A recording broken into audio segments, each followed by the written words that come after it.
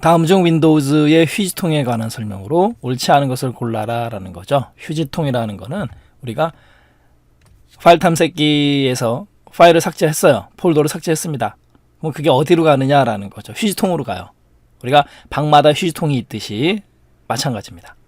윈도우즈 10에서는 휴지통이라고 부르는 것 뿐이에요. 우리가 삭제한 파일을 보관하는 장소, 옳지 않은 거 가겠습니다. 첫 번째, 휴지통에 지정된 최대 크기를 초과하게 되면 휴지통에서 지정한 최대 크기를 갖다가 초과하면 결론적으로 휴지통이 넘치면 이런 뜻이 되는 거죠. 넘치게 되면 보관된 파일 중에서 가장 용량이 큰 파일부터 자동 삭제된다. 가장 용량이 큰 파일부터 삭제되는 게 아니고요. 가장 오래된 파일부터 삭제를 합니다. 그렇기 때문에 가장 용량이 큰 파일부터 했기 때문에 옳지 않은 내용이 되는 거죠. 그래서 옳지 않은 거는 정답 1번이 되겠네요. 가장 오래된 파일 먼저 삭제를 하는 거지 용량이 큰 파일부터 삭제하는 게 아니다라는 거고, 두 번째, 휴지통에 보관된 실행 파일은 복원은 가능하지만 복원 가능합니다. 따로따로 하나하나씩 개별로 복원도 가능하고 전체 복원도 가능해요. 그거 조심하시고, 가능하지만 휴지통에서 실행하거나 이름을 변경할 수는 없다. 맞아요. 없습니다. 이건 무슨 뜻이냐면 복원은 가능해요. 방금 전에 말씀드렸듯이 전체 복원 아니면 하나하나 따로따로 복원 가능하지만 휴지통 안에서 실행은 안 돼요. 복원한 다음에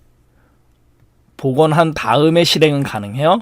그리고 이름 변경도 마찬가지로 휴지통 안에서는 이름 변경 안 됩니다. 복원한 다음에는 가능해요.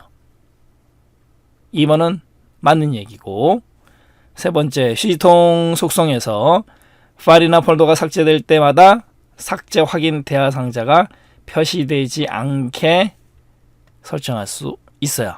3번도 맞는 얘기입니다. 단 휴지통 속성에서. 네 번째, 휴지통의 파일이 실제 저장된 폴더의 위치는 일반적으로 C에 달러가 붙어요. 그 다음에 리가 들어가면은 다시, 이런 뜻이 있지 않습니까? 사이클이라는 거는 순환, 재생하는 거잖아요. 그러니까 리사이클 그러면 재생이 되는 거예요. 재생. 다시 되살린다라는 뜻이죠. 재활용, 재생. 그 다음에 bin, 이 bin이라는 단어의 사전적인 의미가요. 통이에요, 통. 휴지통의 통. 빈통, 우리 빈통이라 그러잖아요. 똑같아요.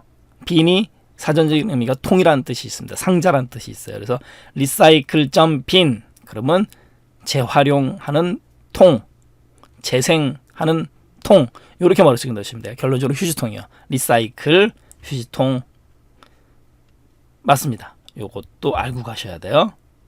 일단은 휴지통에 대해서 한번 들어가서 우리가 한번 봐야 되겠죠. 바탕화면의 휴지통에서 마우스 오른쪽 버튼을 눌러요. 그러면 열기는 뭐 하는 걸까요? 휴지통 여는 거예요. 휴지통을 여는 겁니다. 휴지통을 이렇게 파일 탐색기가 열리면서 휴지통 도구, 관리의 휴지통 도구가 열린다는 얘기죠.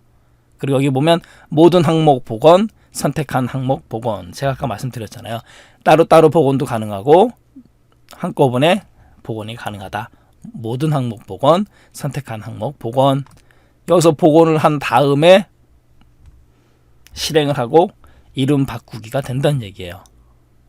조심하셔야 되고, 여기 휴지통 비우기, 휴지통을 비워버리면은 다시 되살릴 수가 없어요.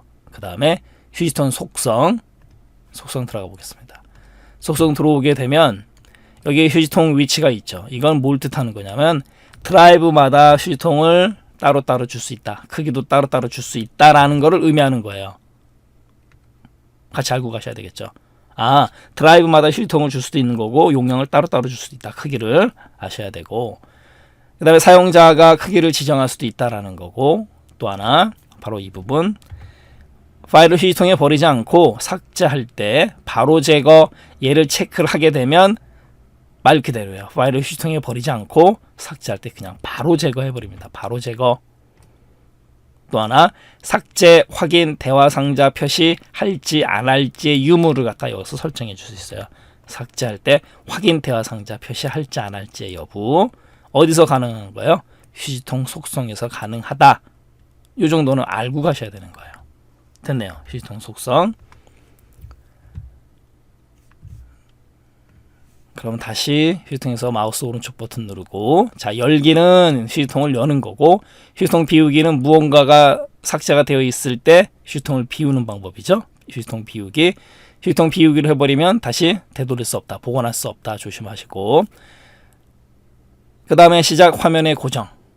시작 화면의 고정을 누르게 되면 시작 화면에 고정을 시킬 수 있다는 뜻이에요. 우리 윈도우 키 눌렀을 때 이 시작 화면.